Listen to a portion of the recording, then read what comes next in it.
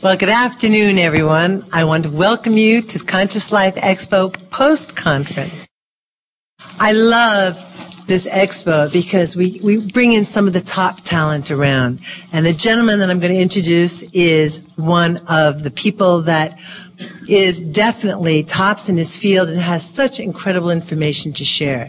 So I would like you to join me in giving a rousing Conscious Life Expo welcome to David Wilcock. Thank you. Thank you.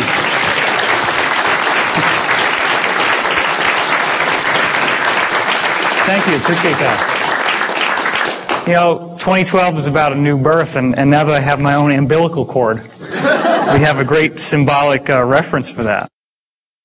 So this is going to be a bridge where we're going to start with the 2012 Enigma material that I didn't get to finish yesterday because literally we had the line for that room wrapped around 2 halls in this hotel. It was enormous. How we got all those people into that room, for those of you who remember, I don't know how it worked, but it was a divine miracle in and of itself that we actually got the people in. So this is about what the government is like for most people right now. We've gotten into this illusion that the government is our benevolent father figure and protector. And more recently now, it's feeling as if, what's the surprise is not what we're expecting. So many people are awakening to cosmic consciousness and higher concepts of metaphysics and spirituality. And this is going to be a true masterclass in what's really going on. So 3 years ago, I was at this conference, and I met Billy Blake, who should be here, but he's not here yet. He's going to be running around with a handheld camera. And we decided to do a film together. The film is called Convergence, as many of you, or probably all of you know.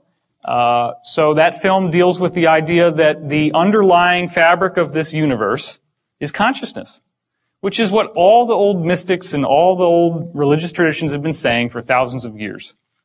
Now, what I offer is a much more elaborate and intricate spin on the notion of a consciousness field than you've probably ever seen anywhere else. Of course, it goes without saying that for those of you who haven't seen this, when they haven't seen it before, there's a gasp in the audience, but you all are well initiated. Edgar Cayce and myself, there's obviously a facial similarity there. This is my brother and Casey's first guy, Dr. Ketchum, who got him out there in the world. My father, after a Metallica concert, that's why he's sneering. And the Squire, Edgar Cayce's father. My father would only shop at the Squire shop, and everybody called Cayce's father the Squire. This is my best friend Jude and Edwin Blumenthal from the Cayce tradition, one of his principal investors. Jude and I did marvelous music together in high school, at least we thought so at the time. And this is my friend from college, Christopher, and his corresponding reincarnation, Morton Blumenthal. This is my good friend from college, Angelica, and this is Edgar's wife, Gertrude. These are like the only people I'm still in contact with from high school and college. I mean, you have to understand, these are not just random people from my life. These are like some of my closest associates and friends.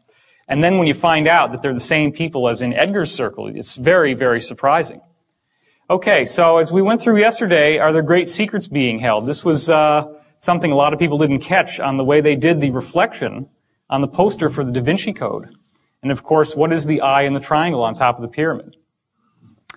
Is there a message is being given that we're not fully getting access to? Gore's inconvenient truth, sure, that looks like smoke, not. That looks like a galaxy. And here's the Milky Way from the top down. There's our sun, so you can see this is about where we are. So we're not all the way out at the edge, we're kind of in the middle. But doesn't this look sort of like crosshairs to sort of point towards the galactic center and suggest that there's some sort of galactic alignment that's going on here?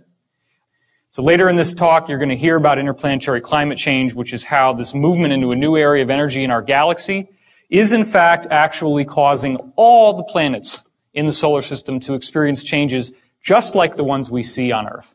So this is far from an isolated phenomenon. There's also these new physics discoveries that keep leaking out, and they always relate to sacred geometry. The idea in this case of the dodecahedron, which is 12 pentagonal faces that kind of looks like a soccer ball if you make it into a sphere. They actually found out, these scientists discovered that the background radiation from when the universe was first created has arranged itself into this odd geometric pattern. And that's been proven. So then the question is, okay, what is the force that would cause that type of geometry to emerge in the formation of the universe? As we're going into the 2012 subject, of course, crop circles have been on everybody's mind. This was the formation that came down a couple years ago, which started out in an unfinished way. You notice that all of these blocks are completely solid, and this area is solid as well. Well, the circle makers, whoever they are, came back. And when they came back, this is what we got. Now you have time markings and symbols from the Mayan calendar, okay? And the alignment of these winged discs in terms of what markers they're pointing to, which corresponds to the Mayan system and the Aztec system, gave you an exact time reference of the length of time between when this was created and 2012, the end of the Mayan calendar. So this is a self-referential 2012 diagram given to us by whoever is behind the circle phenomenon. This is one of many crop circles which seems to suggest that the secret to understanding 2012 and this mystery that we're dealing with right here in our talk today is in vibration. That looks an awful lot like a vibrating puddle of liquid. This is what happens when you take vibration to the next step. You get sacred geometry, and I'm going to show you more about that in a second. If you can imagine, this is a sphere and a cube and then another sphere. This is the Froxfield chromosome formation. Obviously, the circle makers are saying, 2012, pay attention to your DNA, right? Except here's the thing. The chromosome's all broken up. And that's what happens before there's about to be a cell metamorphosis. Now, this is even more interesting. Check this out. What does that look like to you? A double helix. Okay, and there's 12 stations. Then down here, you get an even weirder thing. You get a triple helix, but they still have that same formation, and then boom, what's this? And look at the timelines. This is less than a month apart in 1999, and this came out in 96. So it appears that there is a message being given about the basic nature of DNA changing somehow.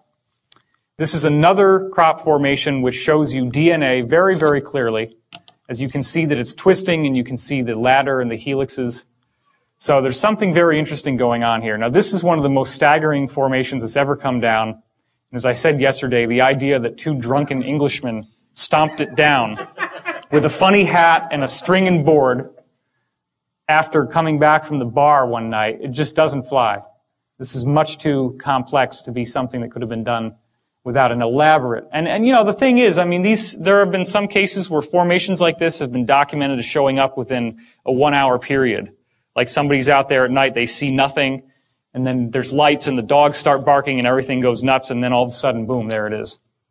So this is showing you the geometry of the tetrahedron, which here's a drawing of it. This is the frozen vibration that is one of the principal energy fields that moves through planets, as you can see in this diagram.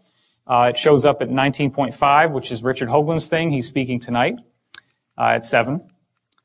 So here's your animation of the actual great red spot, which is at the limb of the tetrahedron down here in Jupiter. And this also extends through the great dark spot on Neptune. This extends through a shield. And this also extends through the great dark spot on Neptune. This extends through a shield volcano on Mars called Olympus Mons, all throughout the solar system. So here's the secret. This is just a puddle of water that's got ordinary particles of sand in it called colloids. And those colloids are then vibrated on perfect sound frequencies like the white keys on the piano. And what you get is this interesting geometric shape inside, which should look pretty familiar to us by now. So this is the same pile of sand in the same water, just with different sound frequencies. And this is a very important point we're going to get into soon. The fact is that you can crank up the sound to a different frequency, and you get the same stable geometry. It stays there, it doesn't move. And when you crank it back down, it goes back to the other shape. So these shapes remain consistent for the given volume of water that you have and the shape of that water, regardless of how many times you change your frequencies. And it's also important to notice that the density of the structure, the density of the geometry gets higher as the pitch goes higher. These are increasing pitches as you go down. So that's a very important point. So what if physical matter was actually built like this? What if this is the secret of physical matter? Could that mean that atoms and molecules as we know them could fundamentally shift? That's what we're looking at. As I was training you into seeing yesterday, is there a parallel reality where space and time flip over, where they invert with each other? And the answer is yes. That's actually what is going on. Does this solve all the basic quantum physics problems? It does. And that's been proven. Goes back to the two-slit experiment where you have single electrons that move through two slits, but then they form an interference pattern of more than two slits on the other side, which is like a wave. So here you have a particle, but over here you have a wave, and you can even have multiple strikes at the same time. So atoms and electrons are not little bitty chunks of matter. They're just energy, but they're not behaving the way they should. So here's another diagram of that. This is what a wave does. A wave is just like if there was a liquid here, and then it hits this, it ripples like two waves on a pond coming together, and that's how you get your interference pattern. So of course, wave-particle duality. What we're discussing now is the idea that a particle is here in space-time. That's where it's fixed in time but can move around in space. But in the inverted world, it's spread out in time. So it's still the same thing. It's just that it's now flipped over into another domain. And in that other domain, it spaces out in time, and thus you get this kind of waveform that's created from it. Well, this would all be just kind of an interesting intellectual study until you start looking at larger objects. Now check this out. This is a little thing called a buckyball or a fullerene. It's carbon molecules, 60 of them put together. Obviously, this is a solid piece of matter. In fact, they're used to store items inside of them. They can be used for like disaster cleanups, like oil spills eventually. If they could manufacture enough of them, that kind of thing would be great for that. Well, Zellinger in 1999 took these carbon-60 molecules and shot them at a 100 nanometer diffraction grating, which is a little slit like we showed you before, and they got an interference pattern, which is like a wave. So do you realize what that means? The buckyballs were rolling inside out somehow. They hit that wall, and they turned over. Like, have you ever had one of those little balloons where you squeeze it in your hand and it goes whoosh? Is everybody with me? That's what seems to be happening with physical matter, and I've heard that from black ops people as well. This is performed in Austria. So this little guy popped into all these waves when he hit the wall because he flipped inside out. Now, what's really interesting about the geometry that we're already showing you, like the geometry at the formation of the universe, is that they also can do this. But they do this in a very interesting way. When these geometries flip inside out, this is the opposite that they form. So when you have the dodecahedron, it forms the icosahedron. The tetrahedron flips into another tetrahedron upside down. And then the octahedron flips over into a cube. And it goes back and forth between those two. Now here's what's another very fascinating point. We've just seen how the fullerene can burst into a wave. Well, guess what? DNA is almost the same width. Now just chew on that for a second if you haven't already seen this talk. I mean, DNA is supposed to be a molecule. In fact, the amount of DNA in one cell of your body, if you spaced it out, is 5 feet long. It's 5 feet tall. So there's a lot of DNA in there. But if DNA can turn into a wave, then that opens the door to all these quantum non-locality principles. All of a sudden, that stuff becomes real. It becomes true. Well, we already have plenty of experimental evidence, and I'm just going to show you one of them right for now. This is Kuznachiev, a Russian scientist who passed a diseased cell culture through a shield here, which, when it was glass, there was no effect. Of course, the other culture was just healthy tissue. But then when he passed through quartz, the quartz allowed the disease to be transmitted to the healthy cells here. So you have disease to healthy. Well, a virus, again, is a little tiny thing. Most viruses are shaped like geometry. I don't know if you remember that. A virus can turn into a wave. Okay? So there are some people who believe, for example, that AIDS is synthetic and that you can actually activate the dormant virus with a wave. It is important to remember that your consciousness has more power than any wave that could ever be beamed at you. So if you ever start worrying about electromagnetic mind control or all these silly things that people get focused on, that's something that you don't need to worry about. Also, has anybody here done healing? Has anybody here? Okay, wow, that's more than half. Have you ever noticed how if you're with somebody and you're really empathizing with somebody who's sick, that you start feeling some of the same thing that they've got? There was a case where I had a woman, they were doing a Reiki session on her, and I was in the room, and I started to have this outrageous pain in my big toe. It turns out that she had a gangrenous foot. That exact spot on my toe that hurt was where the pain was the most strong for her. So this is real stuff. But the thing is, when you get these energetic beamings, unlike this helpless little cell culture, your consciousness has a huge effect on what's going to happen to you. And those little health problems, they don't last very long, right? I mean, usually if you ever do healing work on somebody, just as a tip, go and wash your hands from the elbows down, because that will get rid of this transmitted energy. Okay, it's a very effective means of doing that. So Dewey Larson, the physicist, revealed that time is in fact a three-dimensional domain. And this is where we're getting into the idea of what's over there on the other side when you flip over a particle and it turns into a wave. There's a three-dimensional realm where time as we know it is spaced out.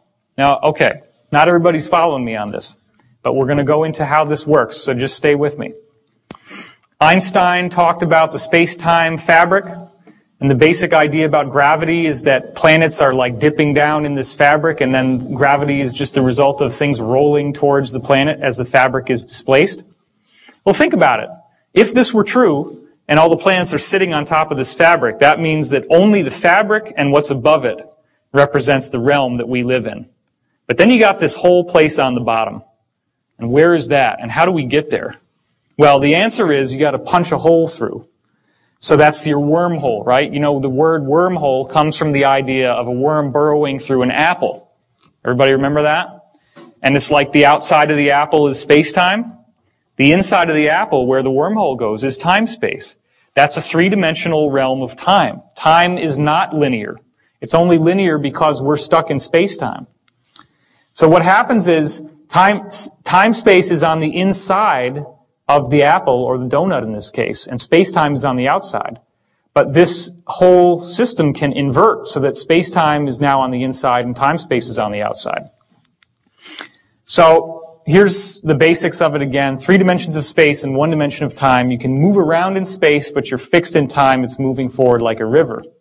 When you go into time-space, what we would think of as time is now 3-dimensional, and what we would think of as space is now 1-dimensional. You actually move around in 3 dimensions of time. This is where we're having dreams. This is where we're having astral experiences. That's why a psychic in a particular place can actually look forward and backward in time in that location, because they're viewing through time-space. That's what your psychic function is. The distance you travel in time-space is actually time travel over here. Now that sounds really far out, but the bottom line is all the things that I'm telling you have been verified by multiple black ops witnesses. They've been verified by experimental, secret projects, and a lot of actual evidence that's in the public domain that we just don't normally understand what it is or why it's there. The entry and exit points are very important. If you look up in these medieval texts about fairy circles and fairy rings, these are the little circles you go into where you find the fairies or the gnomes or the dwarves or the elves or whatever. Well, you don't just find them anywhere. You have to go into these circles, and you can only enter them at certain times because it has to have to do with a planetary alignment. You see, the Earth has naturally occurring natural stargates on them. And I know that some of you might not believe this, but there is so much evidence, and we're going to go through some of that. There are natural stargates, and you actually can time travel. So there's a very important reason why the ancients were building things like Stonehenge and the pyramids. This is not just to entertain themselves and to build a tomb for the dead pharaoh. Okay, it's much more than that. So I read this book when I was 7 years old, and in the book we have descriptions of experiments in ESP between Harold Sherman, the author, and Sir Hubert Watkins, who was an Antarctic explorer. They documented some fantastic telepathy experiments. In one case, Sherman is sitting there in his room in L.A., and he's tuning into Watkins, and he gets this pain in his head, and it hurts a lot. And so he writes down, okay, pain in the head. When we correspond that to what Watkins' journal said at the same time, all the people in his Antarctic expedition team were bumping into this stovepipe that had fallen down with a sharp edge, and they were actually lacerating their head, the skull. Bleeding from that, and he was feeling the pain. Just like I said, there's an energetic transmission of the pain. Well, after Watkins died, the telepathy continued because they were so much in affinity with each other that he could recognize Watkins when he spoke. So Watkins is describing in some of these readings, I guess you could call them, what it took for him to get into Sherman's mind. And he said there was a nested set of spheres that he had to go through. And he had to find a channel to the center to get to the message to Sherman, which was not easy. That's why they call it channeling. Because, and I didn't go into this last time, but what really appears to be happening here is everybody knows about the system of chakras, the esoteric system of chakras. The chakras are actually different levels of your soul and different levels of where your thought processes and consciousness processes are happening. So as you go through these Kundalini meditations, the idea is that you're supposed to raise the Kundalini serpent. I was shown in multiple readings that the actual process of raising that Kundalini is collapsing the chakras together into this set of nested spheres. Because when you do that, you focus everything into the one spot in your brain that we're going to go to here. So this is bringing all your chakras together and then finding that channel so that the entity that's trying to reach you or your higher self can get to the center. Because the center is where all the action happens. Why is that? Well, the center of your brain has a small gland in it called the pineal gland, which as you can see here, it was called pineal because it's shaped like a pine cone. This is the exact geometric center of your brain. It's right here. And this, as we're going to see, is very important in ancient cultures. The Sumerians gave it a description, which you can see here, the little acorns on the top of the staff that he had. And there's also a little jobber up here. And what we found out from Dan Burrish is that these can be reversed. The cylinder seals can be flipped over. And when you start doing that, you see some very interesting things, like the eye in the triangle, and another eye in the triangle right here. So the Sumerians were hiding information. They were encrypting information in these seals. So this is the one we were just looking at. Here's your little pineal gland, and the other one up there. Well, look at this. Now, if you've seen Stargate SG-1, the first episodes, you remember the Goa'uld, the villains in Stargate? You remember how they had these helmets that went around their head that looked like a snake? That's the helmet. That's the Anunnaki. They were human-like people, but they wore these weird helmets in order to appear like gods to the primitive Sumerians they came to. And this is how they encoded the secret of what they really looked like inside this image right here. It only works when you put a mirror image on it. But then you also see he's holding all these pineal gland staffs, and he's got this seal over his head, and more symbols here. But it gets a lot more direct as we go on. And you're going to start wondering to yourself, why in the world are all these cultures focusing on the pine cone? This is Osiris, the lord of the underworld in Egyptian mythology. This is his staff, which as we now know, this is the raising Kundalini, the serpent, but it also represents DNA. And there on the top, as the Kundalini rises, what are they looking at? They're looking at the pine cone. That's the junction point where all this energy comes together. Now, King Tut has this Kundalini serpent actually going through his head. That's a symbol that they gave that the pineal is fully activated, that your chakras have now all turned into that nested set of spheres, and that access from the higher realms is moving directly through your head. They believed he had that. Whether he did or not, we don't know. Here's the Babylonian god Tammuz, and as you can see, he's holding a pine cone. So once again, he's a very powerful god from that tradition. And you're seeing the same type of symbolism coming through. Then you go over into Hinduism, the goddess Shiva, the goddess of destruction, the breaking down of the old to purify the way for the new. What does her head look like? What does that hair look like? It's another pineal gland. And you've also got the redundancy with the symbol of the third eye, and you've got the serpent wrapped around her head. The same iconography once again. And it's so powerful in the Hindu tradition that even now, it's common practice to wear a symbol of the third eye on your forehead if you're a woman, and they all have these various bindis, as they're called, that they can order and wear. This is, as we go more into more recent gods, the god of drunkenness and revelry, Bacchus. You can see he has the goat-shaped ears here, the kind of demonic almost looking, and he also has the cloven feet. But then look at this. What's that? There it is again, huh? There's that pine cone. So once again, why do you think alcohol, hard liquor is called spirits? Think about that for a minute. Because it opens the door to these influences. And the ancient people knew that. That's why they were called spirits.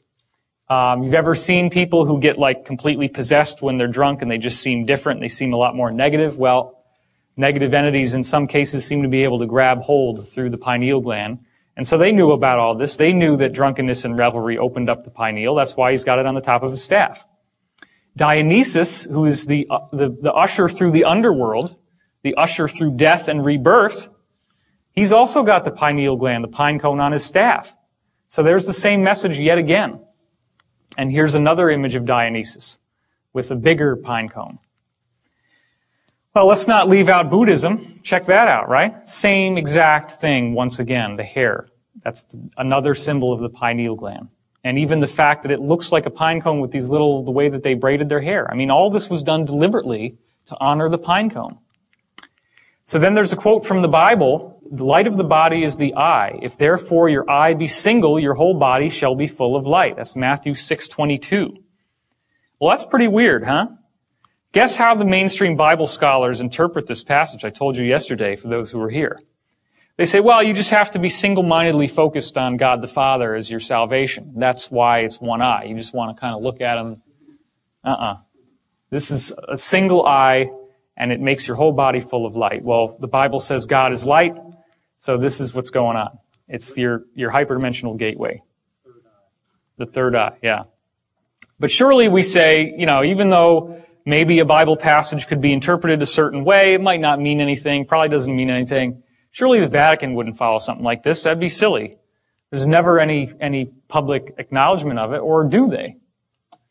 Well, check this out. This is the Vatican Square, and this is a gigantic statue of a pine cone. It's the largest statue in the Vatican, anywhere outside, except for this little ball over here, which we're going to look at closer in just a second.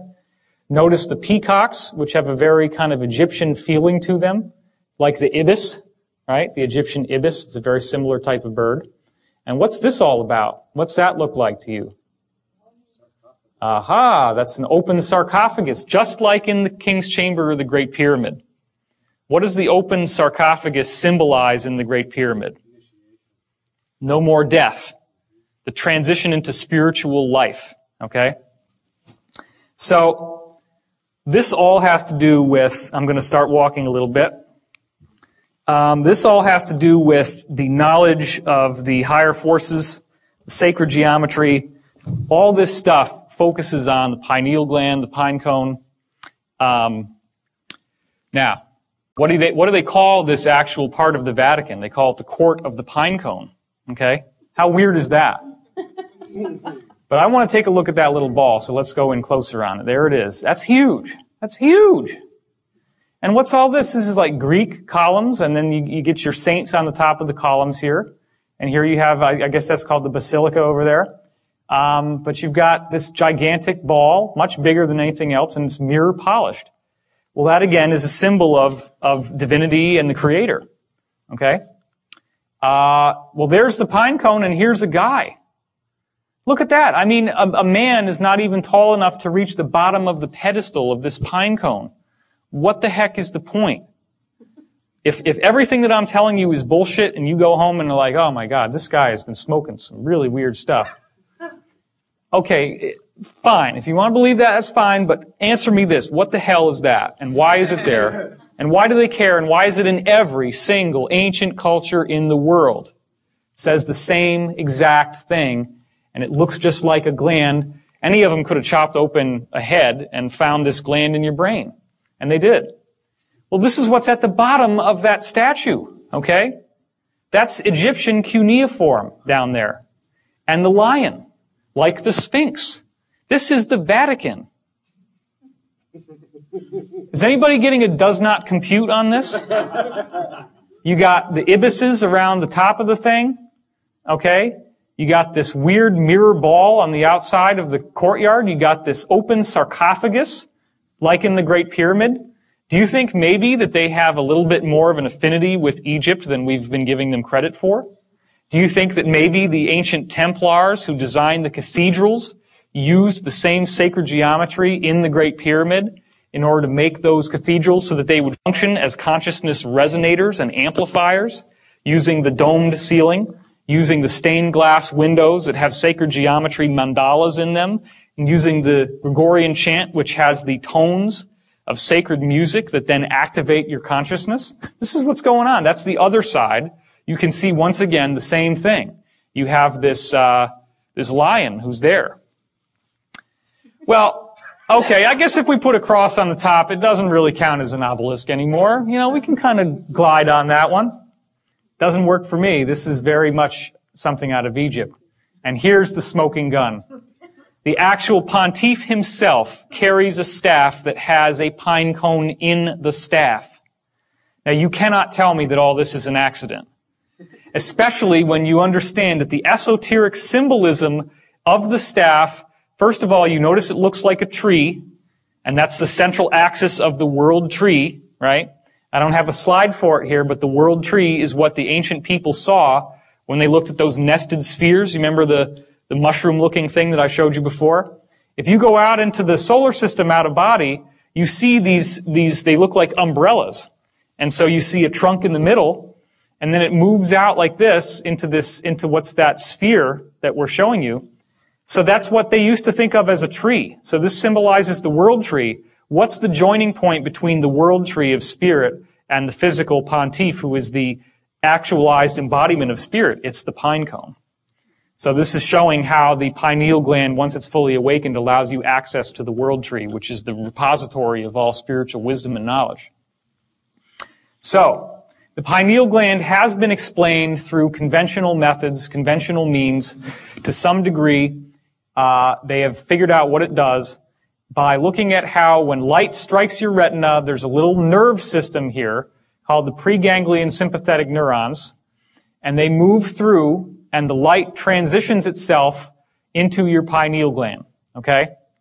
When the light goes off, it signals electromagnetically to the pineal gland that it's time to go to sleep, which then secretes melatonin into your cerebrospinal fluid, which activates the whole brain's sleep mechanism, the whole nervous system, okay? So the pineal gland is very much associated with going to sleep. Well, that makes sense because when you go into a mystical state of consciousness, typically you have to go into a very meditative, very zoned out, very relaxed Zen type of consciousness. That's not an accident. So again, if therefore your eye be single, your whole body shall be full of light. So when you cut off the light on the outside, the light opens up on the inside. That's the melatonin mechanism. Well, the pineal gland is activated when light goes out. Jesus also said the people who sat in darkness saw a great light. Matthew 4:16. Again, the idea that it's only when the light goes out and you can activate your pineal gland that you have the full access to this knowledge. So the pineal gland also secretes another chemical. This is more recent research called dimethyltryptamine, or DMT. It's becoming increasingly popular in the New Age circuit now that people are taking these South American potions like yopo and ayahuasca, which is the one you're probably more familiar with.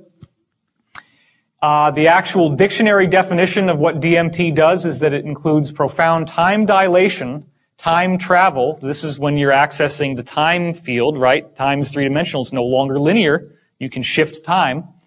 Journeys to paranormal realms. That's like those fairy circles, the gnome circles, right? And encounters with spiritual beings or other mystical transdimensional modalities. All right, so there's the shape of it once again. Now, what's the big secret? The interior is filled with water. How does that seem like a big secret? Who cares? Why would it matter that there's water inside the pineal gland? Well, those of you who were here yesterday know the answer. The interior of the pineal gland, the water flips in and out through time-space. We'll get to that in a second. The problem that most people are having is that the water calcifies as you age. In fact, that's how they're able to figure out if your brain has a tumor when you're getting an MRI. Most people have this chunk of calcium in the center of their brain, which looks white on the MRI or on an X-ray.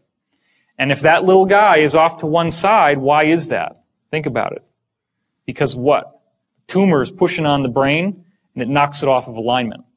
So our pineal gland is actually supposed to be used for transdimensional access, but instead what's happening is that we're calcifying it by our diet, by the use of fluoride in our toothpaste, fluoride in our water, by drinking too much soda, carbonated beverages, too much refined fats, refined sugars, refined flours, white flour. Anything in moderation is okay. I'm not saying you got to go on a totally Spartan crazy diet. But this calcification is also what the Bible calls the mark of the beast. The mark of the beast is on the forehead, right? Does everybody remember that from the Bible? And what was it supposed to mean? It's supposed to mean that you're captured in the grip of materialism. Well, that means that you don't have your spiritual access open. That's the symbolism. The symbolism is when you look at the chakras, you actually see a dark spot up here. So that's where that comes from.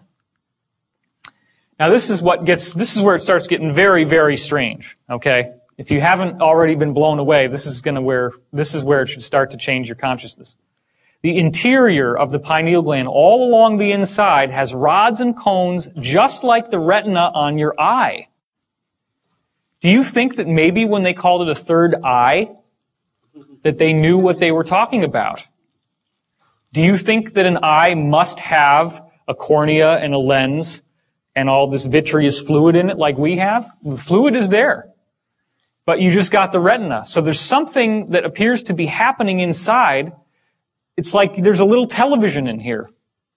And you can actually get audio out of it, and you can get video out of it, and that video feed is being picked up by the rods and cones, and that's your imagination. That's the mind's eye. You actually have a retina. Have you noticed that when you visualize something strongly enough, that you really do see it? You can close your eyes, but you're still seeing things. This is where it's coming from. Now, some of it obviously can happen in the mind. I'm not saying that everything that you think is showing up inside this little gland here. But what I am saying is that a lot of your contact with the other side, when you're traveling through time or when you're having a dream, the interface between your dreaming body, the silver cord, as it's called, the silver cord is anchored right here. That's where it comes from. That's why when people have an out-of-body experience, they hear a loud cracking noise, and then they fly out of body.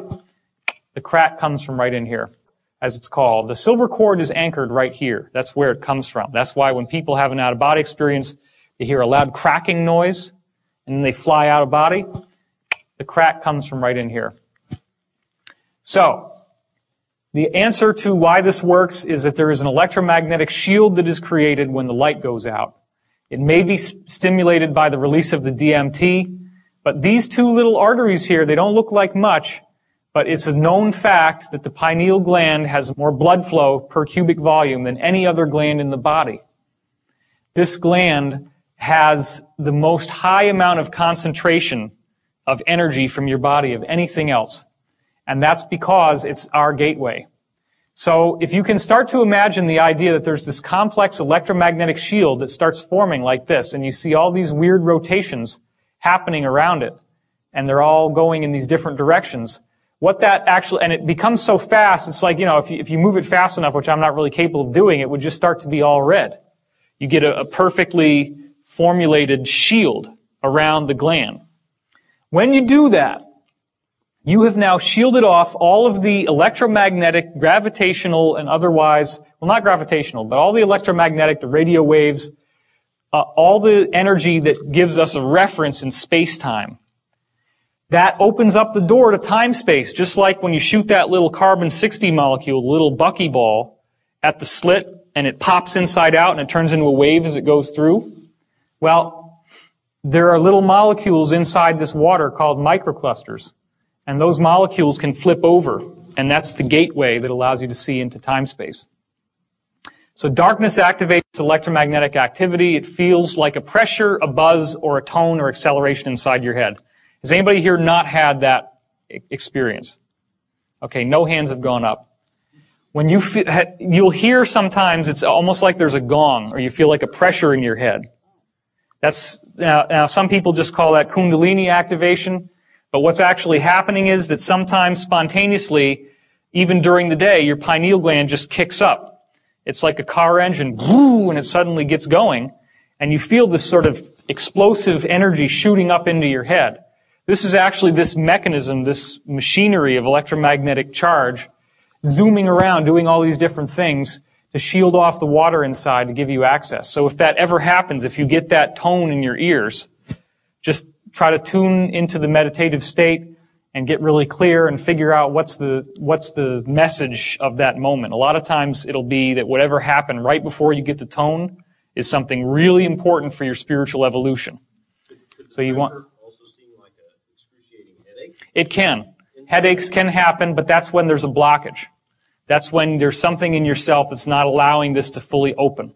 And that, at that level, deals with not being able to see yourself as a sacred being, seeing yourself as unholy, seeing yourself as impure. So it really does boil down to self-acceptance. When you're fully aware and self-accepting, you can fully open your pineal gland. And it requires a great deal of work, which is what we're getting into later in this talk. So the water becomes your conduit to time-space, the parallel reality, and then your interior retina in your third eye, because you actually do have three, records the visual images. That's what all the ancient cultures painted the bindi on their forehead for. DMT seems to accelerate the activity. LSD and other psychedelics force the pineal to release DMT. It's potentially dangerous, so I'm not recommending you go out and start tripping because your pineal can get stuck on even when you're awake. And that's the actual nature of schizophrenia, delusions, and waking hallucinations. There have been multiple studies that have been done proving that shamanic visionary experiences and schizophrenic hallucinatory experiences are almost identical. What the ancient shamans have happened to them is just about the same as what happens to schizos. It's just that the schizo is cracked. The walnut is cracked, as I call it, or the acorn, or the pine cone, right? If you have some of that electrical activity that doesn't know when to shut off, which could be also the melatonin, right? When the melatonin kicks out, it's telling you to go to sleep. That's what starts to fire up this engine. It's only when the DMT kicks out a little bit that the engine goes into full steam. But that's usually only after you fall asleep. But as you start to fall asleep, the melatonin starts to rev up the engine. Well, a schizophrenic doesn't get enough sleep. That's one of the things that every study has shown about schizophrenia. They are insomniacs. So if you do that enough, then melatonin more and more will start to be synthesized while you're awake, and it starts to open your gateway, and you start getting these hallucinations. So DMT is what's cracking that protection of keeping it electromagnetically dormant while you're awake. So it does very much look like the pineal gland is a natural hypergate. Now, here's another interesting thing. A colleague of mine discovered that the eardrum inside the ear is tilted on a weird angle. That's not straight up and down like you'd think it would be, or that you normally would imagine. It's tilted, and it actually tilts forward like this. So the eardrums look like this inside your head. Okay? What he found was that he could build microphones that had this orientation, like where they are in your head, and he gets a three-dimensional recording. So if I were to take one of these mics and put it here in the room, and then somebody ran over through the back screaming, and then we take his speakers, because he built holographic speakers, and you pop the speakers right there in the same exact room, and you press play on the tape recording, you're going to hear that person running behind the room as if they were there. You get a holographic sound. Now, it makes sense, right? If light can be holographic, light is a vibration, why couldn't you do exactly the same thing with sound? This is how it's done. It's done by reverse engineering the way your ears already work. Because the human ear has a better three-dimensional tracking system than any other creature. The only creature that even comes close is the owl, which obviously for the hunting purposes. So we have a very unique hyperdimensional mechanism, and he actually also found that these lobes of the inner ear here are corresponding in the geometric angles to the Great Pyramid, the angles and slope of the Great Pyramid. So this is what happens. They're coplanar with a tetrahedron inside your head, the point of which comes out through the third eye center. And of course, the third eye is at the geometric center of this. So when you're going into the pineal gland, when you're falling asleep, you're going to lie down. You're going to tilt your head like this. Which way is the tetrahedron pointing now? Which way is the triangle going to be? Like this, right? And your eye is in the center. So doesn't that look a lot like this? So this is the secret, okay? There is a secret that has been kept right in front of our eyes. Nobody understands it. And again, as I said yesterday, I'm actually releasing this information for the first time. No one has ever made this public before. This is from deep in the Black Ops stuff, and I only was able to put the whole thing together from 7 different witness testimonies that all correlated independently of each other. That's how I found out that it's from the pineal gland. I'm not sure that they would want anybody to know this, so I am taking a risk at revealing this, but that's why I did it publicly first. Because this is what's happening. This is why this matters, okay? Could we reverse engineer the pineal gland? We have a basic system here. We have water that flips inside out. This allows you to see over into this other realm that we already know exists because we can prove in quantum physics that a particle turns into a wave and the wave is spaced out in time. Or has it already been done? Has it already been done? In fact, we have to ask ourselves, what are the needs? We need a barrel-shaped or pine cone-shaped container holding water, and it would have to be a special water. Then you have to have an electromagnetic shielding capability. Like I was saying, you got to have this system that can do all this kind of stuff inside in order to shield it off from space-time. You have to be able to fine-tune the fields because, as it turns out, how these little vibrations run has everything to do with where it goes. It's like Google Earth. Everybody here use Google Earth? You ever seen it? You can click on something and you zoom in on it. Well, that's what the fine-tuning of these fields does for you. It actually is like coordinates, latitude, longitude, and time. Then you need some kind of method to pick up the visual images. Now, normally in the pineal gland, you do it with the retinal tissue, but you don't have a retina when you're dealing with a machine, so what do? Well, what does a television use? It uses a cathode ray, right? It's a little thing that shoots onto this surface, and the electrons strike the surface, and they glow. Well, an ionized gas is going to glow if you strike it with this energy. So why not squirt an ionized gas in the middle, and then that might pick up the visual images? Well, this is what it looks like. This is real. This is, yesterday and today is the very first public unveiling in a public presentation of Project Looking Glass. Well, this is what it looks like. This is real. Yesterday and today is the very first public unveiling in a public presentation of Project Looking Glass. A human being is about this tall. This is built in underground bases. It is colossal in size. And what happens is when you fire this thing up, these rings start going in all different directions. It shields off the barrel of water inside, which is just like your pineal gland. The water inside flips over into time-space, which then captures argon gas, captures visual images, and this is what it looks like. It becomes huge, glowing, all the way out to these posts, which are used as stabilizers for the energy field. Now, it doesn't start out with an image of the Earth. That's just there as a placeholder, although you could see the whole Earth like that if you wanted to. That's not usually what happens. Well, contact, right? We have been given the technology right in front of our faces in the movies. They just don't tell you what it's for. 13 ghosts.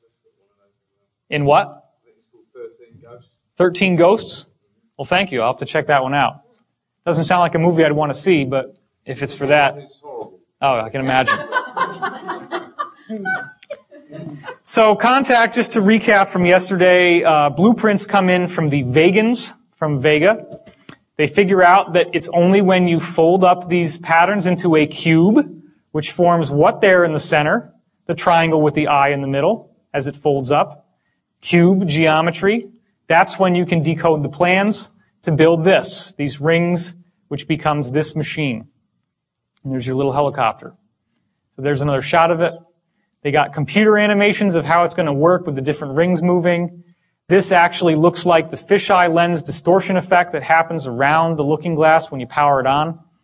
There's a gantry crane up at the top, and the little guy is dropped down and goes inside. That's like your barrel inside the mechanism there. And this is where all the action happens. This is where the Stargate opens, the wormhole into the higher realms. In this frame, we're seeing how the whole thing collapsed and fell apart. So, of course, you want to take a ride. You know, the new the new formation of the one after the old one breaks. And here we're seeing the new one. Once again, you get a very clear view, and there's your little eye with the rays coming off it, just like the all-seeing eye on the dollar. Not surprising. Here she is. It's even larger than the real one, standing on this ladder, looking down inside. This is the chamber and the chair inside, which we'll see is very important. And here's your geometry. Look at that. Did anybody notice that when you were watching the movie? Because it goes by pretty fast. That's that same geometry that's in the background radiation of the whole universe with the sphere in the center. They fire it up. Guess what happens? Big, bright luminosity, just like the real thing. The real thing that they're actually using and have been using since the 40s at least. And here's what it looked like from the control room. It gets brighter and brighter. Then she starts having the floor disappear. She gets dropped down inside. And then, of course, she goes through this wild wormhole ride, and there's an ascension experience at the end of the dream. Because it is like a big dream, because she's in the dream plane. Now, last Mimsy, again, you got the same principle. The children find these little objects. She finds this toy rabbit, and he finds this little thing that helps him speak to the spiders. It all comes out of this cube that they find. Well, guess what's going on here? Same thing. It creates, at the end of the movie, it has created a wormhole into the higher realms, which allows them to send DNA into the future. Now, this movie is like an infomercial for everything that my colleague, Dr. Dan Burish, has been saying he dealt with in Majestic 12, dealing with extraterrestrials from our own human future human lineage extraterrestrials, as he called them. That apparently, in his system, they have gone to the future, they have survived, but they had a small gene pool as a result of the cataclysmic activity in 2012, and I'll get into why I don't believe this is what's going on. And then they needed our DNA, and they're trying to come back in time to get our DNA to fix their genetic problem. So this whole movie is just a big infomercial for all the stuff that Burish has been saying, right down the letter. And there was a lot of development on the script. It is actually a great movie. I do recommend it. Now, here's the thing. This is actually precisely what was found, except for the sphere, but the shape, and then even the little filigree on the outside, the little 1 centimeter raised filigree. This is what's called the cube. It was found in the Roswell crash. And this is what it looks like when the tides open. You ever see the movie Hellraiser? I don't know if you'd want to. But they have a little puzzle, a little box that they flip, and then it pops open, just like this. And what happens when it pops open? Where do you end up going? You go into this parallel reality that's like hell, right? So that's all based on real knowledge, because some of the spiritual planes you can go to are pretty nasty places. So when it opens up, you get these brilliant, vibrant colors inside and this grid pattern. It's called the yellow disc because the little yellow disc forms right here when it starts. And then you get a full color image. Unlike the other one where it's argon gas and it's all yellowy. You get a perfect color image on the real thing. And of course, there's a treaty that they have with the ETs that forbids them from giving you the writing that's on those panels. We can't do anything about that. Again, you're seeing the same redundant geometric metaphors here, the sphere with the geometry. So, all of this stuff, all of this usage of the looking glass technology has created some very, very interesting things. They have used this, for example, to cheat on presidential elections.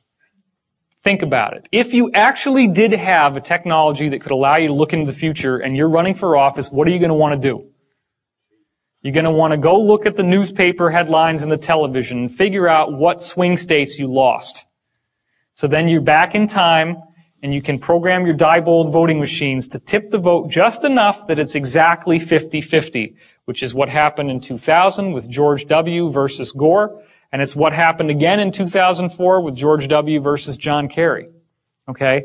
The problem is that as a result of the fear that they have that in 2012 that you're going to get an Earth axis shift, which is caused by an inappropriate amount of energy moving through the looking glass devices. They have, as of December 2006, completely deactivated and deconstructed all looking glass technologies on the Earth. The Iraq War had, to a large degree, the mission of capturing a looking glass technology that was dug up in Sumer, which was originally in the possession of Gaddafi in Libya, which is why they attacked Libya. Gaddafi got rid of it and gave it to Saddam Hussein. Saddam Hussein was using this technology, viewing the future, The U.S. government went in after him because they felt that the fate of the world was at stake, because if they did not capture this technology and get it back and deconstruct it, that the Earth would have a pole shift. So this is what they say, and it's a great story. It'll make a great movie, which I'm sure is being written. We're going to get into the pole shift and why I don't think that that's what's going on at all. I do not have a negative doom and gloom disaster view of our future. It's very important that you hear that, even though I know some of this stuff might be a little freaky looking. So the D of the CTP is what they call it in code parlance, because nobody's going to know what that means. But when you actually decipher these letters, it means the doctrine of the convergent timeline paradox. Here's the problem. You look through time with this device, and when you hit 2012, everything goes perfectly white. As you get closer and closer to 2012, starting in around 1980, a very strange thing has been happening when they use the looking glass. There is an interlacing of images. So right now, imagine that if I had this slide on half the time, and then the other half of the time, there was an image of like a face. And if I interlace them slowly, then maybe every second it goes from here to the face to here to the face. Then as it speeds up, it gets faster and faster to the point that if it were complex images, you couldn't make out one from the other because they're flip-flopping so fast. Okay? That's called interlacing, and the frequency of the interlacing gets higher and higher as you go towards 2012.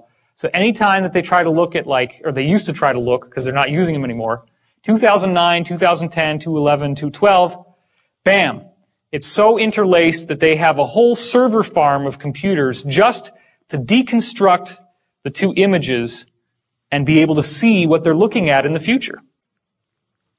So again, this is what they're using. This is one of the main ones they're using, the Orion cube as they call it, or the cube. And also it's being used with looking glass. But what's going on with 2012? Well, here's another very interesting thing.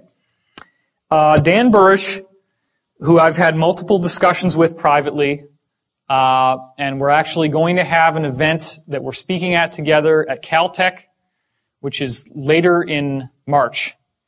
And I'm going to have that on my website if you're interested. It's going to be local. My website is divinecosmos.com.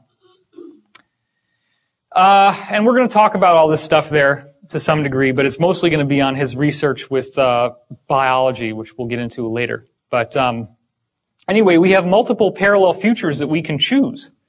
And what he found was there was a treaty that they were trying to do with the extraterrestrials that was codenamed Tau 9. And in the Tau 9 treaty, they had a line item in the treaty that was intended to share his biology technology with the ETs. And that technology was able to reproduce the original seed of all life on Earth, which the ETs wanted to use to be able to heal their own DNA because they believe that they're human lineage. So what he found out was that these other beings apparently had contacted him and said, you cannot tamper with the tree of life. You can look at it, you can admire it, but you can't mess with it. The tree of life is the actual source code of our DNA. So what was happening was they were looking into the future, and he took the negative visual that he got from the alien, from the ascended being that came to him and warned him about the tree of life. He held that image in his mind of what would happen to the Earth in 2012 if this were allowed to happen. And the image inside the looking glass immediately shifted to the apocalyptic vision. So he was able to prove by doing this that you can determine the outcome of what this thing shows you by your conscious focus. So 2012 literally does represent create your own reality time. It has everything to do with what do you expect is going to happen. This is where thoughts becoming reality really takes on a whole new meaning in a way that you've never heard of before. Now again, I also had a contact with a man named Daniel. You can hear about the story on the free 3.5-hour Project Camelot video that's on my website. You can go look it up. I met this guy in New York. I was stranded at the airport because of the snow. I ended up going to a Denny's. It was the only place that was open. I had brought the Montauk book with me for some reason, even though I thought it was all just a bunch of crap. And this dude walks by in like biker gear and a big burly beard. Big guy. So you like that stuff, huh? You like that Montauk? I said, oh my gosh, this is all a bunch of crap. He says, I used to work for Preston Nichols. What? Preston Nichols is one of the authors of the book. And I just started laughing. I said, look, there's no way that you worked at Montauk, because Montauk is a joke. It's fake.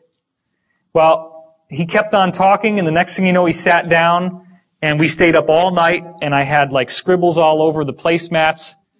And I mean, this guy, and it's a shame that he doesn't want to go public, because I'll tell you, he's got an amazing amount of information. And I didn't go into it very much yesterday. Some people asked me to go into it a little bit more, so I will do that. You have to understand that there is a basic New World Order, an Illuminati, if you will, which is primarily run by the Rothschild family. The Rothschild means red shield, which is all kinds of esoteric symbolism we could go into, which I don't have the time for.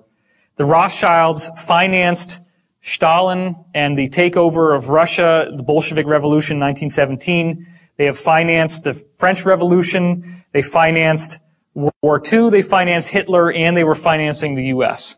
So they believe in order out of chaos. You fund both sides of a war, and whichever side wins, you got their vote, because you're their paymaster. You've given them their money. You control their financial supply, which means you can control the government. Okay?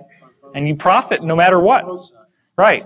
And also what happens is that the war stimulates the economy, so you get much more infrastructure and much more buildings coming out of it. That's why, for example, Ford Motor Company was building tank plants in Germany, which is why Hitler's Wehrmacht had the tanks. It was from Ford. When American bombers bombed Ford's tank plants in Germany, Ford personally repaid Hitler so he could rebuild the tank plants faster. Boeing actually was shipping, this has been documented, was shipping passenger airliners to South America, which were then sent to Africa, where they ripped the seats out and turned them into Hitler's bomber fleet. That was Boeing. These are American corporations. The whole idea of these big wars is a joke. It's a setup. It's a game that's played to play off the opposites against each other in the hopes of synthesizing a new world order where we all kind of synthesize. That's why Democrat and Republican is a joke. Okay? They want certain aspects of the conservative Republican Party. They want, for example, the cultish religious aspect, but it's not Christianity. That's why the liberal side is all about being open and being free and not having any of these traditional shackles on you. Because what they ultimately want is a racist society. They're very racist, and they're interested in a new world order which is run by a Luciferian philosophy. Now, this is very disturbing sounding stuff, but they actually believe that since they have the secret tradition that goes back to Atlantis, and that they've been persecuted for thousands and thousands of years by various people, nobody persecuted them as badly as the Roman government through the Catholic Christian Church. They were tortured, they were killed, so they came to the natural conclusion, you can understand anybody would have done this under the circumstances. What do you think they would choose? They would say, okay, whatever God these guys think is God, that's not the right one, because he's stringing us out on the rack, he's torturing us, he's killing us. Therefore, whoever the Christian church says is the bad guy is the good guy. Okay, wait a minute. Lucifer is the brightest light, the brightest angel in heaven, right? And he's the one that got tossed out of heaven. Well, maybe he got tossed out of heaven because he was too cool, right? Because everybody else in there was a bunch of corrupt shysters. Well, this is actually what the most powerful people in the world think. And they are a fundamentalist religion just like any of the others. They still believe this weird stuff. They follow these teachings. They actually buy into this, okay? So that's why it's weird, because you see these political parties that are siding with religious fundamentalist Christianity, and they actually do have a fundamentalist religion, but it's the mirror opposite. So their energy vibrates with each other, and that's why they work together so well. Don't forget, of course, that Hitler was also running on a Christian platform. And who was Hitler's main ally in World War II in Europe? Italy. Italy is the Vatican. The Pope and all that stuff was supporting Nazi Germany, okay? Because it was in the Vatican, which was in Italy, which was Mussolini.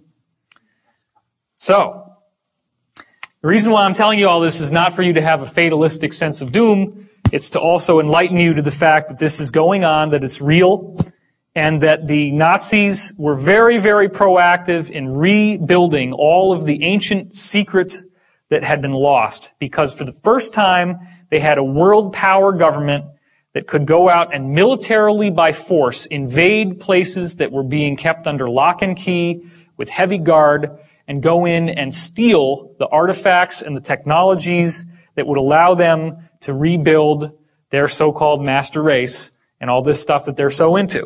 Okay? What's that? Raiders of the Lost Ark. Raiders of the Lost Ark, exactly. So, what do you think happens when a UFO crashes in World War II and the people who financed Nazi Germany, once it collapsed, they're looking for as much technology, as much goodies as they can get their hands on. So what do you think they're going to do when these UFOs crash? They're going to want to rip out everything from those UFOs imaginable and reverse engineer it and make it into something they can use. So what's the first thing that they go for? They take out the chair.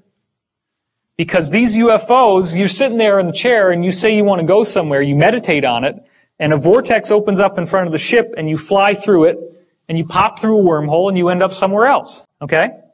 So that's what the chair does. The chair is the interface with your consciousness. So when you understand that your consciousness is interfacing through the chair, that helps you get to a point in yourself where you can see that the chair is a psychic amplifier. That's what it does. The chair's function is that it takes your natural innate psychic function and makes it vastly more powerful. People may not know what the Philadelphia experiment is. Oh, the Philadelphia experiment was the result of the testing of high-energy arc welding on the creation of very large battleships by the U.S. Navy in World War II, surrounding Norfolk Naval Air Force Base, which I used to be right near in Virginia Beach. What they found was that when you got this high energy, this was the highest arc welding ever done, like a big bolt of lightning. And it pinched time-space into space-time. So you get this black hole in the room. And then actually they were having tools disappear. So the tools never came back and they realized there's something here we can use, and they actually designed it into something that they put on the ship in the hopes that the ship would be able to be invisible, like the tools became invisible. What they didn't realize is that they were going to jump from one place to another, and it had a devastating effect on the crew. Anyway, I don't want to spend all of our time just going through this old material, so we're going to get back to the chair. We're going to get back to the point that they could actually create a wormhole with the chair, with the psychics exercising their consciousness in the chair. They had help from, apparently, ETs from Sirius in designing the chair. And the chair allowed them to send people through time. There were multiple wavelengths that the chair cranked out on graph paper. Okay? Some of those wavelengths were corresponding to a natural 20-year harmonic in the Earth's vibration. And that 20-year harmonic, as it turns out, if people were moving through time, which is one of the things they found they could do, is send people through time, this wave would tell you exactly where you were in time, depending on where up and down it was. So what they found that was so bizarre was that at December 21st, 2012, they could calculate it down to the day, that's how precise this was, that for some reason all the graphs, all the waves would go into a complete flat line. They no longer moved up and down like before. They went flat for like 7 or 8 seconds. So then they're asking the guys that went through these stargates and were traveling into the future, what happened to you? Every single time that somebody tried to hit 2012, they said the same thing. There was this thing they called the bump. It actually hits you like a bump. You actually feel like you've slammed into something. And as soon as it slams into you, you have the most incredible religious experience you can imagine. Cosmic consciousness. Your consciousness just blasts into this wonderful place where you have awareness of no space, no time. All knowledge is available to you. Ecstatic God consciousness. You could be the galaxy, you could be a subatomic particle, you can go everywhere, do everything, and there's no sense of it ever ending. So when it finally stops, you just can't even believe that you're back to who you were before. Like what happened to Jodie Foster? Exactly what happens to Jodie Foster in Contact. So, Is that the moment of no time then? that's the zero time, yeah. And Daniel doesn't agree with me on this, but I believe that 2012 is our zero time reference. By the way, Daniel did say that the stargates are real, that there is one main stargate per planet, that they dug them up from ancient Atlantean technology. They actually buried it under the ice in Antarctica because they were concerned that something would come through that could damage human life. So that is real. Stargate SG-1, all those television shows, of which there's 10 seasons, the first and second year of Stargate SG-1 are remarkably loaded with real stuff. And there's even an episode of Stargate called Wormhole Extreme, and you remember that one? Where they're making a fake television show about a real Stargate program. It's like this inside tongue-in-cheek joke. And everybody watching the show kind of knows, okay, they're telling us something here. There's something real behind all this stuff. Well, it's true. Why do they do that? Okay, that's a very good point. The reason why they do that is that you hide the truth out in the open. So that if I go into this lecture and I'm telling you all this stuff, you can just say, oh, well, he's just into Stargate. You know, he's just watching television shows. But in fact, this was really cool. One time, I was sitting down with Daniel one day, and we're talking about the looking glass, and this has a little orb that appears when you're looking at a particular place, and it's a ball of light. So they gave it this really weird name. They call it an outer band individuated teletracer. Okay? Outer band individuated teletracer. And they shortened it to the word OBIT. Outer band individuated teletracer, an OBIT, right? So then we're thinking, all right, this is what they always do, right? They hide this shit out in the open. Let's go Google outer band individuated teletracer and see if there's anything there. I couldn't believe it when we went on Google after he just told me this. He had no idea either. And boom, Outer Limits. There's an episode of the Outer Limits called Outer Band Individuated Teletracer. Wow. And it's all about this stuff. There was a show. He was actually really interested in me too, because I seem to have some sort of psychic connection to these things. He says to me one day, what do you think a TVG is? I said, time vector generator.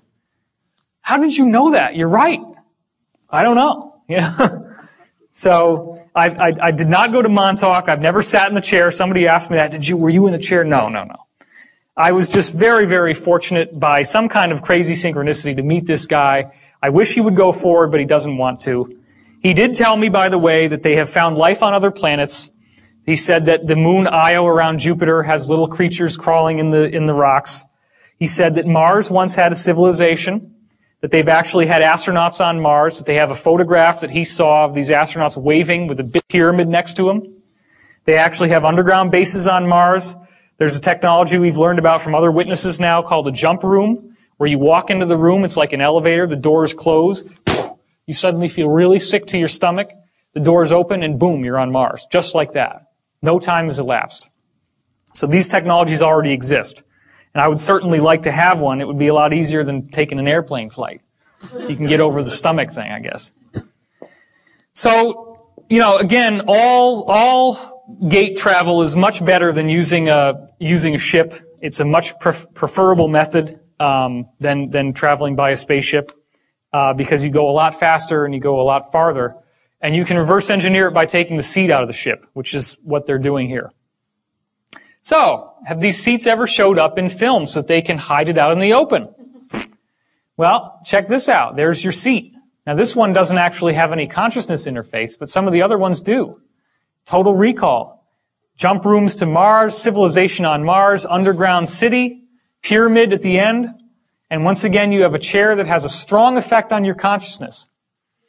In Stargate SG-1, they have the chair of the ancients, and O'Neill sits in it, and it activates and amplifies his consciousness, which allows him to defeat the evil fleet of the Goa'uld by shooting balls of light at them. Minority Report. Here you have people sitting in chairs, floating in water, and they are psychic, and it is amplifying their psychic ability, which Tom Cruise is then able to manipulate on a screen. One of the things that Daniel told me is that out of all the waves that this chair cranks out from the ships, that it also includes visual images from your pineal gland. And they can space them out and look at them just like in the movie. So this may have been designed to set the precedent so that someday they could actually create a department of pre-crime.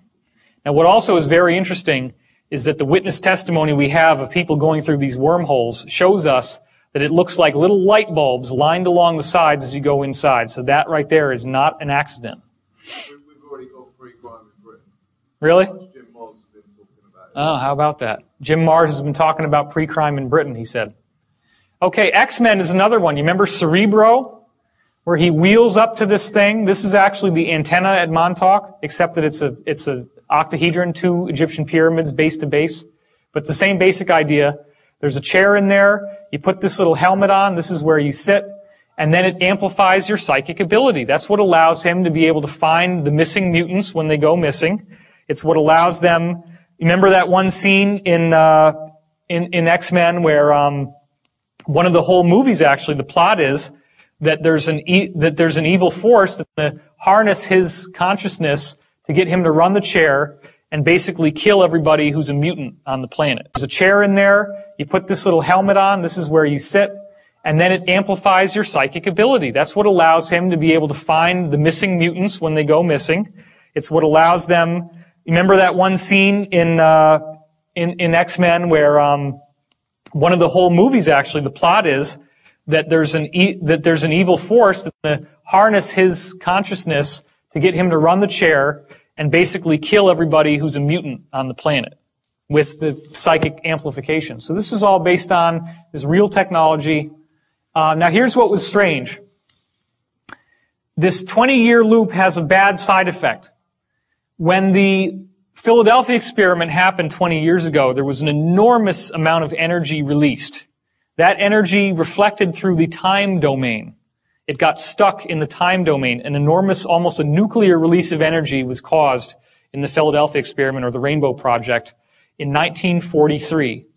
There's a 20-year harmonic, and during certain favorable points in the harmonic, if you have a huge energy release, you're going to get another one down here, and you have a conduit or a gateway between those two areas. Okay?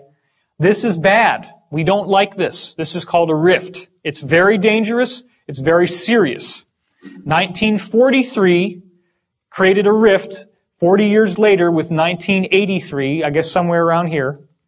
And 1983 was when a creature got through, August 13th, 1983, and trashed the entire base.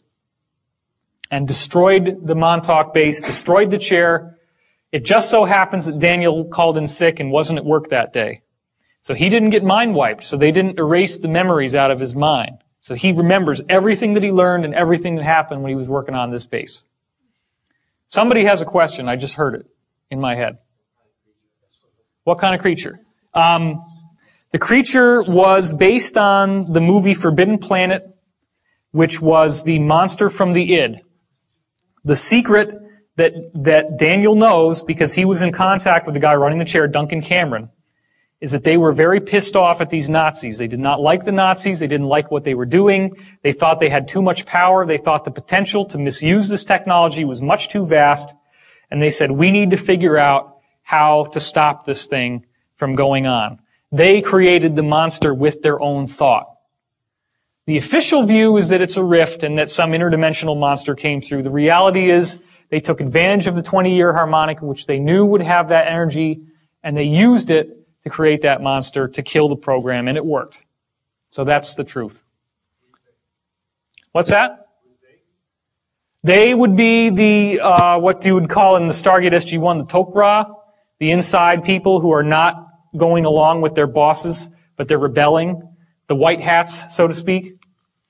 So, hold on real quick, I'm losing track of everyone. So Daniel is the burly guy you met, not Dr. Dan Burrish. Daniel is the burly guy that I met. He named himself after Daniel in the Stargate series, Daniel Jackson. Is he okay? Are you sure he's okay? I'm sure that he's okay now. He's in seclusion. I haven't even seen him in 2 years. He usually lives out in the middle of nowhere. He doesn't like a lot of human contact because he's been psychically trained. He was measured as a P7. He had a special psychic gift called a conduit, which allowed him to feel other people's emotions and thoughts very, very strongly. And as a conduit, he was able to take, like did everybody see the movie Powder? He could do just that. In fact, it's possible, because he was the only person they ever found that could do that, it's possible the movie Powder was written about him. I don't know that for a fact, but it's possible. He also has some really weird stories. He said that he was accosted by a gray extraterrestrial when he was in his remote location, and he shot it with a shotgun. And he said that they found out in these programs that the extraterrestrial physiology is like a vegetable and not like a body. So you can shoot them and they don't get hurt. This thing, and it just sort of kept walking.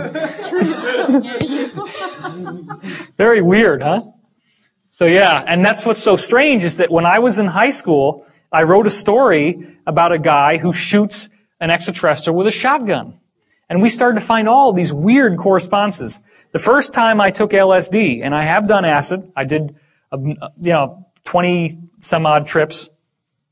I had a very strange experience. As I was coming down the stairs, I was peeking. I was like, what in the world is happening to me?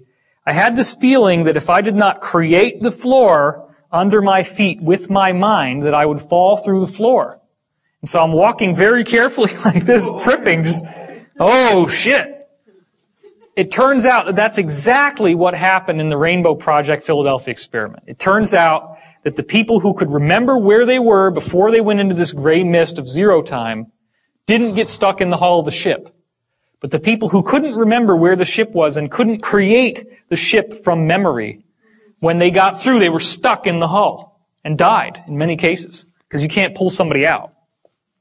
So he said, he has some weird ideas, and, he thought that I was connected to the project somehow, like my soul is basically helping to relieve the karma of the planet through this thing that happened. And I guess this is part of what I have to do, is share this with you, because obviously there's a reason why I met this guy. And that's the funny thing, too, is you can tell that this is real because people ask me a question, and I pop out with something new, because I've had many, many hours of conversation with Daniel. No, I'm not gay. No, we're not homosexually involved. Somebody wrote that on the internet. It's like, forget it. I haven't even seen him in 2 years. We were just friends, that's all. Okay? Get over it. And even if I was gay, which I'm not, what possible difference would that have to my message or to the value of the material that I'm sharing with you? Can I get an amen on that? Come on. I mean, really, let's just let go of these ridiculous prejudices, because everybody has a right to be here. Every soul is precious beyond measure. I am not a racist. The DNA level shows us that we are so similar that you cannot actually tell what somebody's race is from a genetic test. There's only very, very weird special things that they have to go out of their way to find to look. But we're 99.9% the same. It is. It's a smear tactic, and it's being used to dumb us down and to get us fighting with each other rather than looking to the source of the problem. Okay? But that's what we're doing. By shedding light on it, we're helping to understand it. So, the reason why I'm going to go into rifts and holes in time is because it has to do with 2012, and it has to do with you breaking down the conditioning. Let me finish the sentence. Breaking down the conditioning that has kept you from seeing the greater reality that we live in. Question? Can you go back to the 20-year space-time cycle? Yep. You were saying before that at the apex of the current cycle, you get a rift in time, and one was created in 1943, another one in 1983. Is there a possibility of that happening again at some point in the other? Okay. He asked a good question, which is, the apexes of the wave and the bottoms of the wave is a 20-year cycle, but especially from top to top, the 40-year cycle, from 43 to 83, you get this big conduit, you get this big rift that was created by the Philadelphia experiment. Now again, it could have been anywhere. It was the fact that the Philadelphia experiment was done when it was that created a harmonic coupling 40 years later. That's all. I don't know for a fact that that was on the peak of the wave. He didn't say that. However, this wave is a subharmonic. It's only a subharmonic. The 2012 wave is much more powerful because we're dealing with ultimately a 26,000-year cycle.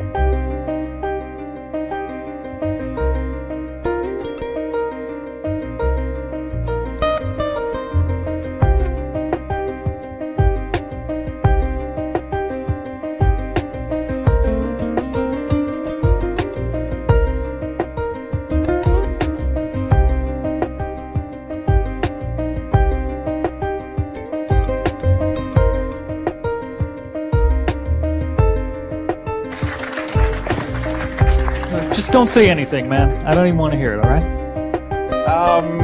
Then here's my question. All right? You can talk as long as you like. You have a unique perspective on Edgar Casey. Edgar Casey I knew this was going to happen. Correct. No. It's the psychic premonition, right? Dude, I ain't backing on you, man. You know. Okay, so now you threw me off here. All right, so what was I talking about? Oh, yes, 2012. The idea here is that it's having a unique perspective on Edgar Casey. All right, Casey did, I think, and correct me if I'm wrong on this, he did a grand total of, I think, only 14 readings that actually dealt with the future, right? About 14 readings that did with the future, yes? Yes? And of those 14 readings, a lot of them were interrupted by his clients who were, who said, I don't want to know anything about that. Just tell me if my partner's a crook and things like that, right? Casey has been not only amazingly prescient about what's going on, and his predictions have come true in a way, but not in the cataclysmic nature that a lot of people have expected. For example, he said that in 1998 to 2000, that there would be a shifting of the poles, period, or the beginning of a new age. And it is interesting because there was a polar shift. Not many people know it. In 98 to 2000 or so, when the poles actually shifted, there's 3 magnetic north poles. And the pole actually shifted from one to another to another. If you're talking about Chandler's wobble, yeah. Yeah, Chandler's wobble, exactly, did happen.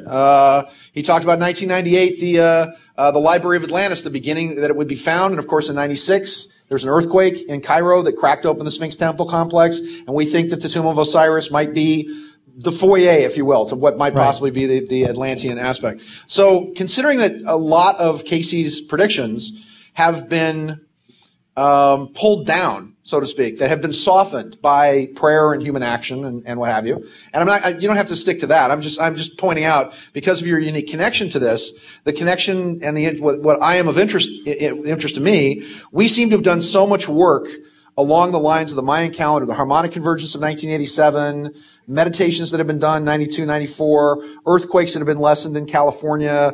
Working with the Prophecy Research Institute, when Gordon Michael Scallion was talking about the whole West Coast falling into the ocean and whatever else, and so many people did meditations in California, and then the call went out for people to start meditating, and I said, don't tell me what's the same, tell me what's different. And people began to realize that the future was not as dire as many of them thought. So 2012, again, I wasn't sure if there was a lot of prophecies, but if you could mix that with what your opinion is of what goes on in the next 4 years or so, because everything is beginning to condense. Everything is beginning to pull humanity back into the beginning of that quantum leap. So take us there and take it away. Okay, great. Well, thank you, Sean. What I didn't want to have to dwell on is the reincarnation thing. If you're interested, you can go to my website, divinecosmos.com, and read about that. Because I don't really think this is about individual personalities as much as it's about yourself. A lot of people have come up to any of us on this panel, I'm sure, and would like to have us be the savior figure, for lack of a better term. And there's no messianic return. It's a consciousness awakening that's happening in each person. And so if you want to get help from others on your spiritual path, that's fine. But I would always encourage you to practice discernment and recognize that if a truth doesn't resonate with you, you can throw it away and not look back. Because as one of our panelists was saying, this is a future that we create. 2012 appears to be an energy field which is largely dependent upon our focus in terms of how we choose to go into it. And one of the reasons why we know that is because of the government time travel project I just spoke about in my workshop, which many of you were at, called Project Looking Glass. And it turns out that the person looking through the looking glass determines the future that you see by what they expect they're going to see in the future. So this is an actual government Atlantean reverse engineered time viewing technology that has now confirmed factually, and I've had multiple witness testimonies that don't even know each other independently tell me this, that we're dealing with a situation where how you look at it does determine the outcome. So if that works for you, then work with that, because honestly, I don't believe that we're dealing with the cataclysmic reality. The Edgar Cayce readings you spoke of, Sean, were largely dictated by an entity that at the end of the readings would call itself Halaliel. And Halaliel was later identified by the people in Cayce's circle as being a trickster entity, and trickster means negative. So this entity is responsible for the prophecies of California sinking into the ocean. Do you think if I believed that I would live in Los Angeles? Honestly. So, I'm not like you, though. I don't want to die until I'm ready. I wouldn't get anything out of it, I don't think. But, no, seriously. Seriously, I think that... In David's defense, a lot of us get that, by the way. Dude, you live in Hermosa Beach. What are you talking about? You predict the future and you live in Hermosa Beach. That's where the wave's going to wipe everything out. And I keep telling him, well, California is going to be all that's left, and it's going to be the rest of the United States that falls into the sea. So, That's right, man. Well, again, I want to remind everyone here that each soul, every one of you, is precious beyond imagination. And it's just such an incredible honor for all of us on this panel to be able to share this energy with you, because as you tune into our frequency, there is a very real energetic conduit that is formed. And if we are clear enough, then our personality disappears and we become a lens for the Creator that you're shining to us to shine back onto you, hopefully with some transformation and some nice filigrees on it. So I wanted to share with you perspective on 2012, getting back to your earlier question, Sean. And this deals with the idea of what exactly is going to happen between now and 2012. And this gives me a great segue into a piece of information which is scientific in nature, which I've wanted to share at this conference, and this is the great time to do it. I was poking around in Russian physics. I was looking through the web for various scientific studies done by Russians on torsion fields, which is the energy field of consciousness. And they've done some fantastic work. I, quite by accident, stumbled across the Russian Institute of Temporology, which means the study of the nature of time, and found a paper by a man named Dr. Sergei Smelyakov. I know. Go ahead and laugh. It's okay. My coughs don't smell like anything, by the way. They're just roses. But Dr. Smelyakov, or we'll just call him Sergei, maybe that'll be easier. Or Smelly, as his friends call him. Or Sergei, we can call him Sergei. I think Smelly's better than Sergei, I think, actually. Sorry, Danny, I don't want to tangent on you. I apologize.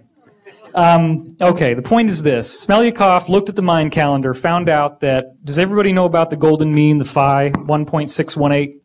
That's the harmonic cut, the sacred cut. You can cut a guitar string and it'll be 1 to 1.618 is the ratio. Anyway, that's the basis of all life and all growth.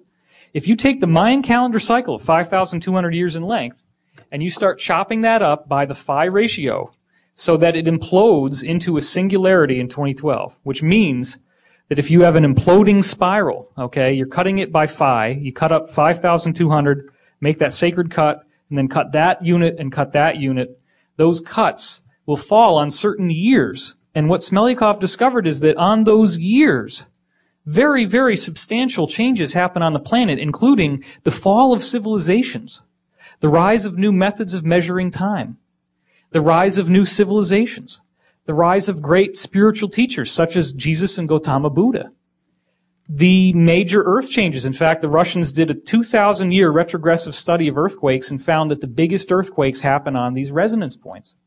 Well, think about what I said. It implodes into 2012. So what does that mean?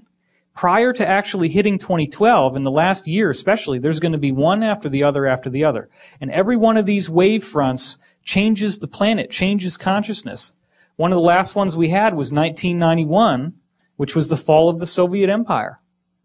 One of the more recent ones that we had was right before, like 2 days before the Bush administration invaded Iraq, which I believe was the political fall from the public will of power that they had. So we're dealing now with the next wave that's coming in 2009. As we head into 2010, 2011, they're going to start happening every couple months, and then they're going to start happening every couple weeks, and then they're going to start happening every couple days. By the time we get to 2012, we're going to be hitting new ones every hour. And towards the end, it's multiple times per second. Okay, now my readings have told me, for what it's worth, that some of us will be able to have ascended abilities. I mean, full-on ascended abilities prior to the actual shift happening. So that would be very cool, because what we're expecting after 2012 is a 100 times more harmonious utopian world where things like time travel, levitation, instant telepathy, instant healing, telekinesis are as common and as everyday as breathing. And I look forward to that time. Now, I've been told that any one of us in this room, anyone, if you're willing to do your practice, which basically involves the acceptance and the forgiveness of the self, and if you get that down, then you start looking at everyone else. If somebody else upsets you, the only reason why they would is because they're hitting an issue that you have. So if somebody does something and it no longer is your issue, you won't be upset by them. If you can find that peace and that equanimity within yourself, then you will be the most compatible for this change that is coming. And as each of these new wave fronts hits, these are sufficient enough. They used to take hundreds and hundreds of years. They change the whole nature of the world and civilization. They're going to start happening every week and then every day. So you can harness that potential in yourself, and I see a very, very positive future coming. So I thank you.